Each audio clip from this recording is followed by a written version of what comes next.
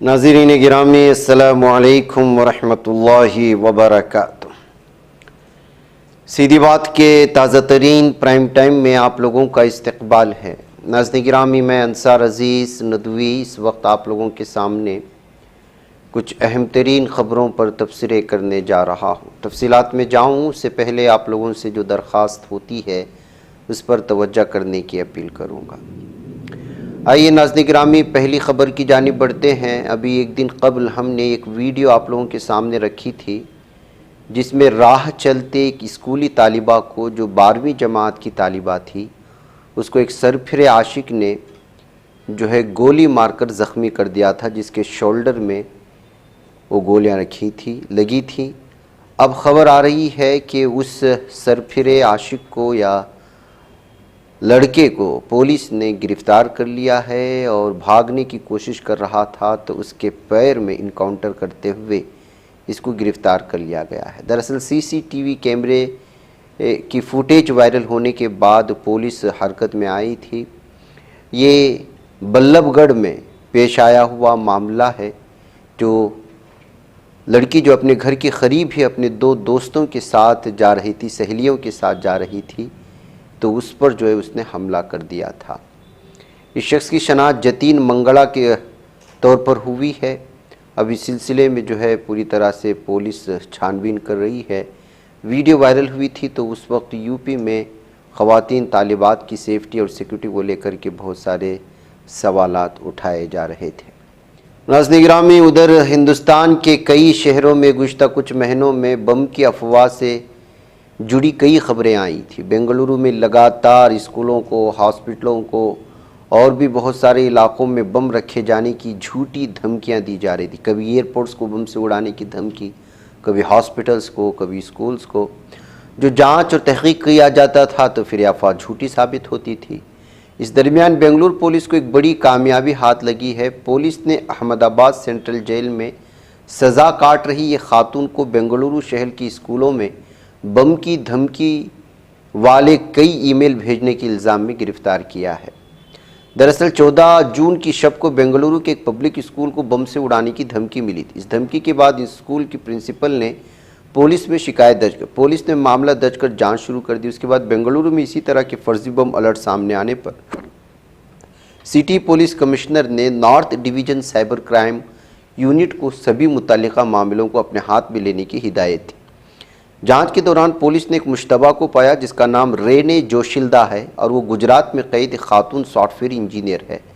Media reports के मुताबिक जोशिल्दा को 28 अक्टूबर को बॉडी वारंट पर बेंगलुरु लाया गया। इस दौरान पुलिस ने उससे पूछताछ की। खातून इस पूछताछ में कुछ अहम राज उगले। खातून ने बताया कि उसने न सिर्फ शहर के स्कूलों बल्कि मैसूर, चेन्नई, गुजरात के इदारों को भी बम की धमकी वाले ईमेल भेजने की बात कबूल की। मज़ीद पूछताछ के बाद जोशिल्दा को 31 अक्टूबर को अहमदाबाद सेंट्रल जेल वापस भेज दिया गया, जहां वो अब भी हिरासत में हैं। इस मामले में पुलिस ने बताया कि जोशिल्दा को टेक्निकी जानकारी होने के सबब उसने गेट कोड ऐप के ज़रिए बनाए गए VPN और वर्चुअल मोबाइल नंबर्स का इस्तेमाल करके कई व्हाट्सएप अकाउंट बनाए और धमकियाँ देते वक्त अपने डिजिटल फुटप्रिंट को छुपाया, जिसकी वजह से वो बची रही। बिलाखिर अब उसको गिरफ़्तार कर लिया। इस मामले में बताया जा रहा है कि इसके पीछे भी कुछ आशिक को सज़ा देने या फंसाने का मामला था। उधर नाज़रीन गिरामी, जो राम के नहीं हैं वो हमारे किसी काम के नहीं, ये बयान देते हुए योगी आदित्यनाथ ने एक बार फिर से माहौल में गर्मा गर्मी पैदा करने की कोशिश की है।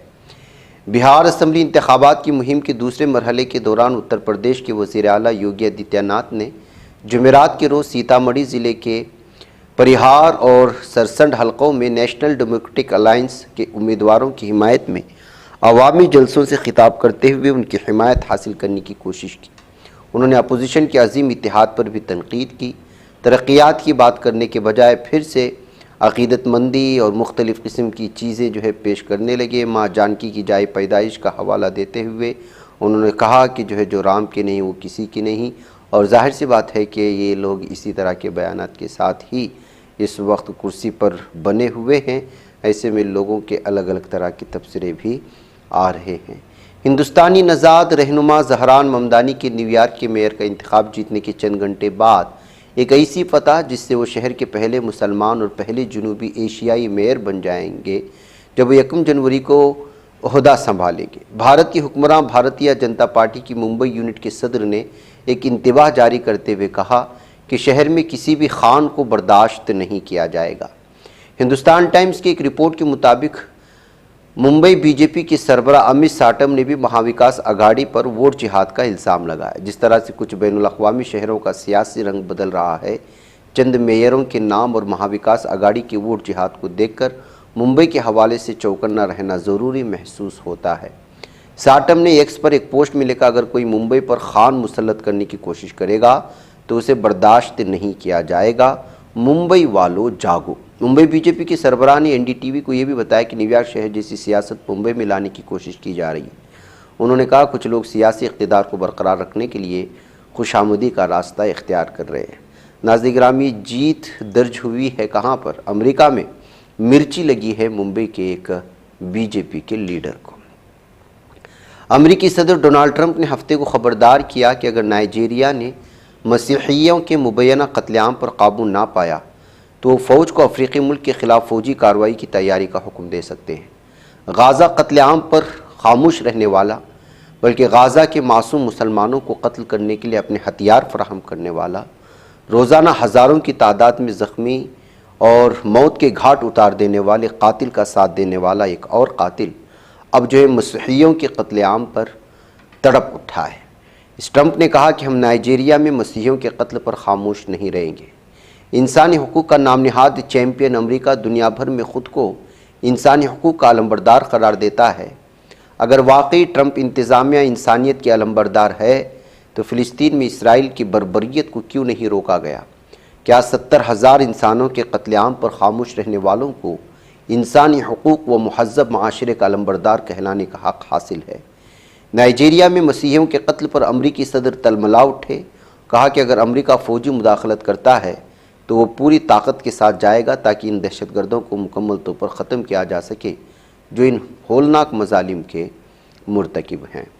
ادھر ناظرین گرامی، مقبوضہ مغربی کنارے میں قابض اسرائیلی فوج کی تازہ درندگی کے نتیجے میں جمعرات کے روز 2 فلسطینی شہری شہید ہو چکے ہیں، جن میں ایک بزرگ خاتون اور ایک کم عمر فلسطینی لڑکا شامل ہے۔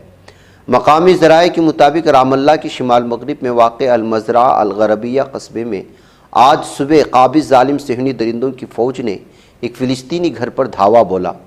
فوجیوں نے گھر کے مکینوں پر بے رحمی سے تشدد کیا اور ایک نوجوان کو گرفتار کر لیا۔ اس دوران بزرگ خاتون ہنیہ حنون المعروف ام عماد فوجیوں کے حملے کے باعث موقع پر ہی شہید ہو گئی، یہ خبریں آ رہی ہیں۔ تو ناظرین گرامی، ظالم صہیونی درندے اپنی درندگی سے باز نہیں آ رہے۔ اسی درندوں نے آج جمعرات کی صبح مقبوضہ مغربی کنارے اور القدس میں وسیع پیمانے پر گھروں پر دھاوا بولا، درجنوں فلسطینیوں کو گرفتار کیا۔ اس دوران رام اللہ کے شمال میں ایک شہری کے گھر کو تفتیشی مرکز میں تبدیل کر دیا گیا۔ مقامی ذرائع کے مطابق طولکرم میں قابض ظالم صہیونی درندوں نے متعددہ علاقوں پر حملے کیے۔ کارروائی کے دوران زاحیہ اقتابہ سے سابق اسیر منیر ابو الحلا اور نور شمس کیمپ سے نوجوان عثمان الغول کو بھی گرفتار کر کے ظلم و ستم کی انتہا کر دی۔ ادھر ناظرین گرامی، افغانستان اور پاکستان کے درمیان جاری کشیدگی کو کم کرنے کے لیے آج پھر ترکی کے شہر استنبول میں امن مذاکرات ہونے والے ہیں۔ تاہم بات چیت شروع ہونے سے پہلے ہی صورتحال پھر سے گرما گئی ہے اور پاکستان کے وزیر دفاع خواجہ آصف نے بدھ کے روز کہا اگر حالات بہتر نہ ہوئے تو جنگ ہوگی۔ ان کے اس بیان سے مذاکرات سے پہلے ہی تناؤ کا ماحول پیدا ہو چکا ہے۔ یہ بات چیت کا تیسرا دور ہے جس میں دونوں ممالک کے اعلیٰ انٹیلیجنس حکام آمنے سامنے ہوں گے۔ افغان وفد کی قیادت امارت اسلامیہ افغانستان کے انٹیلیجنس چیف عبدالحق واثق کریں گے، جبکہ پاکستانی وفد کی قیادت انٹر سروسز انٹیلیجنس کے سربراہ لیفٹیننٹ جنرل محمد عاصم کریں گے۔ یہ تفصیلات اس وقت سامنے آ رہی ہیں۔ ناظرین گرامی، مجھے اجازت دیں۔ السلام علیکم ورحمۃ اللہ وبرکاتہ۔